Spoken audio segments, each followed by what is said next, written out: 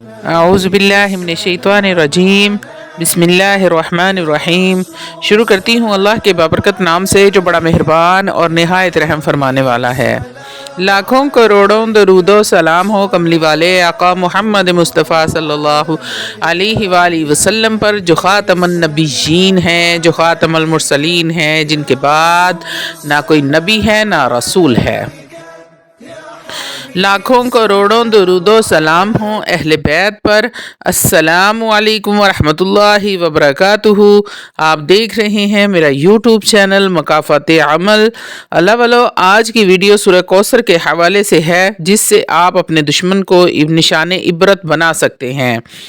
अगर आपका कोई दुश्मन आपको बेहद जलील और रुस्वा करता है, आपको नाजायज़ तौर पर तंग करता है, आपकी ज़िंदगी अजीरन की हुई है, आपके ख़िलाफ़ मुकदमात करता है, झूठी बातें फैलाता है, आपकी इज़्ज़त को पामाल करता है, आपको उससे जान माल और इज़्ज़त का ख़तरा है, दुश्मन एक हो या बहुत ज़्यादा हो, तो आप उन सब के लिए इस अमल को कर सकते हैं। अगर आप अपने दुश्मन का मामला अपने रब्बुल इज़्ज़त पर छोड़ देंगे तो अल्लाह रब्बुल इज़्ज़त बेहतर नहीं, बेहतरीन इंसाफ करने वाला है। बेहतर तो ये है कि आप अपना और अपने दुश्मनों का मामला अल्लाह रब्बुल इज़्ज़त के सुपुर्द कर दें, लेकिन फिर भी अगर लातों के भूत बातों से नहीं मानते तो आप इस अमल को कर सकते हैं। दुश्मन हमेशा हमेशा के लिए जलील और रुस्वा हो जाएगा।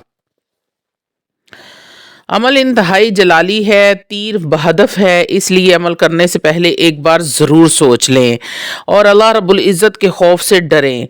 नाजायज़ और नाहक किसी पर जुल्म ना करें। अगर आप इस अमल को नाजायज़ और नाहक किसी के लिए करते हैं तो आप अपने गुनाह और नुकसान के ज़िम्मेदार खुद होंगे।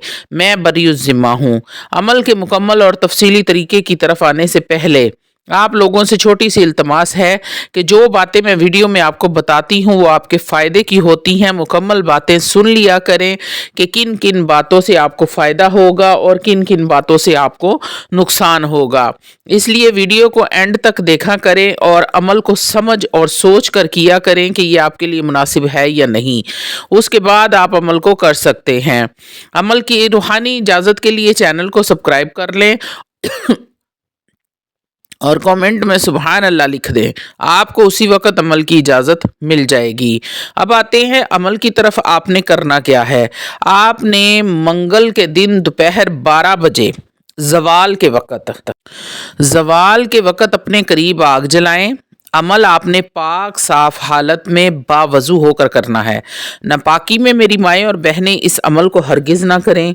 आपने जो आग जलानी है वो नीम के दरख्त की लकड़ियां हों, उनकी आग जलाएं। उसमें नीम के पत्ते भी डाल सकते हैं, यानी कि कड़वे दरख्त की लकड़ी जलाएं।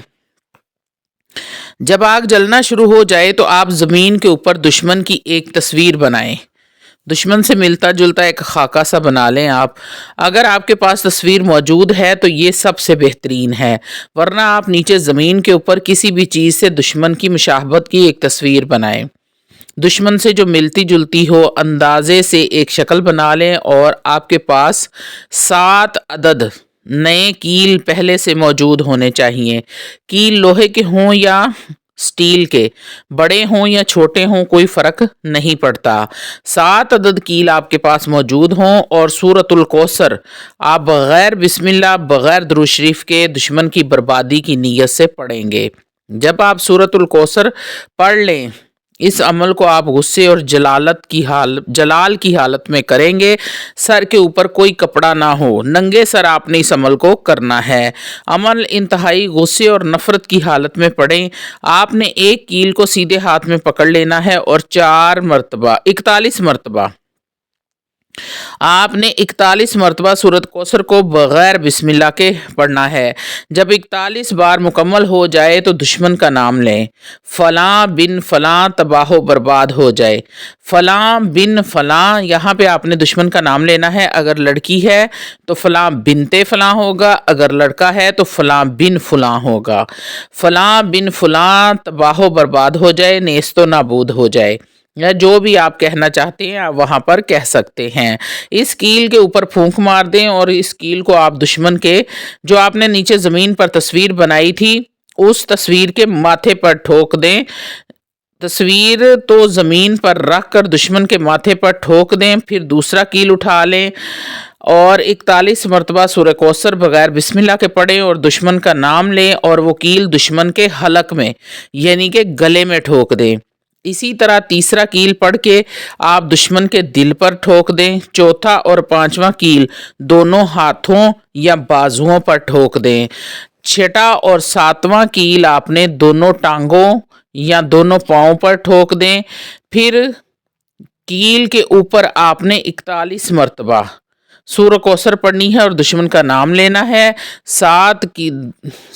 सातों कील पर पड़ने के बाद जो आग जलाकर राख बन गई है वो राख आपने इस शक्ल पर जो आपने नीचे बनाकर कील ठोंके हैं दुश्मन की पढ़ाई की है वो राख आप उसी पर डाल देनी है, उस तस्वीर पर आपने डाल देनी है। 3 दिन ये अमल लगातार करें।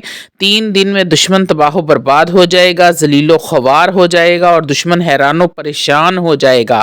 उसको कुछ भी समझ नहीं आएगी कि उसके साथ हुआ क्या है। जब तक आप वो कील नहीं निकालेंगे दुश्मन सेहतयाब नहीं होगा।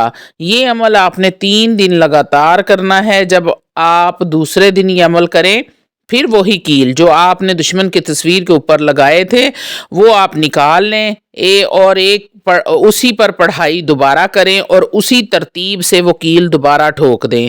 फिर तीसरे दिन आप वही कील निकाल कर दोबारा पढ़ाई करें और उसी तरतीब से फिर ठोक दें। इंशाअल्लाह ताला दुश्मन इस दुनिया में इबरत का निशान बन जाएगा। 3 दिन अमल करने के बाद चौथे दिन आप हस्बे तौफीक शीरनी बच्चों में तकसीम कर दें। अमल के दौरान अमल का जिक्र किसी से ना करें, दुश्मन बर्बाद हो जाएगा। अगर आप दुश्मन को माफ़ करना चाहते हो तो चौथे दिन कील निकाल कर नहर में फेंक दें और दुश्मन को 72 बार आयतल कुर्सी पानी पर पढ़ कर दम करें और पिलाएं। अल्लाह के फजलो करम से वो सेहतयाब हो जाएगा। ये अमल नाजायज़ किसी के लिए हरगिज़ मत करें। ये बात मैं आपको बार बार समझा रही हूँ कि आपने ये बड़ा ही सख्त और जलाली अमल है, आपने इसको किसी के साथ नाजायज़ नहीं करना। अगर आप नाजायज़ करते हैं तो अल्लाह रब्बुल इज़्ज़त के सामने आप गुनाहगार होंगे, सज़ा के हकदार होंगे। मैं बरीउज़ ज़िम्मा हूँ।